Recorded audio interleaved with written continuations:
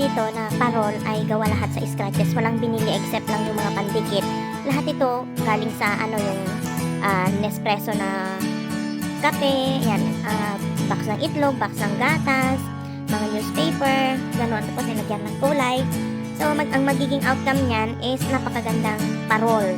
So, hindi natin pala kailangan gumastos ng napakamahal-mahal para magkaroon ng decoration sa loob ng ating bahay. Mga pulot-pulot lang, mga karton. Ayan na, tingnan nyo. Ang ganda na ng outcome. Kaya, kapag ka-creative nga naman ang isang tao, magagawa niya ng paraan lahat-lahat na para magkaroon ng sariling decoration na walang gastos. Ganun, kaso nga lang, karamihan sa ating mga Pinoy ngayon, nakakamad na rin gumawa.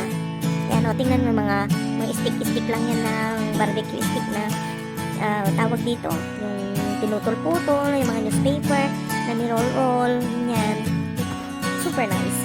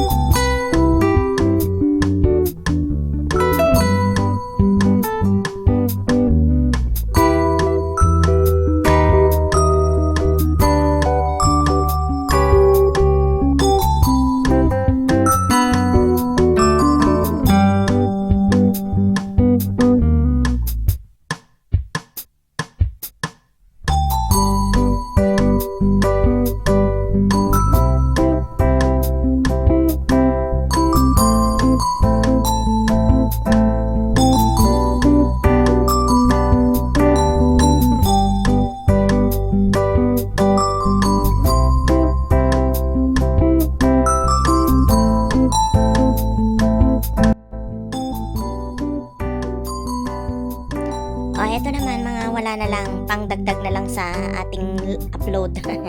Mga konting yan ang pinakamahalagang Christmas tree. Sana lahat na mananatili yan, kaso hindi naman nagtagal yan. Di ba? We wish you a Merry Christmas. Dapat lahat tayo magkaroon ng Merry na Christmas. Dapat ang Christmas tree natin ay hindi lang artificial, kundi talaga namang tawag dito yung maraming bitin na biyaya. Di ba? Mga hiniram lang po na pera yan. Char. Okay, Merry Christmas po sa lahat. Salamat sa panonood ng aking napakawalang kwentang video at channel. Yan, salamat.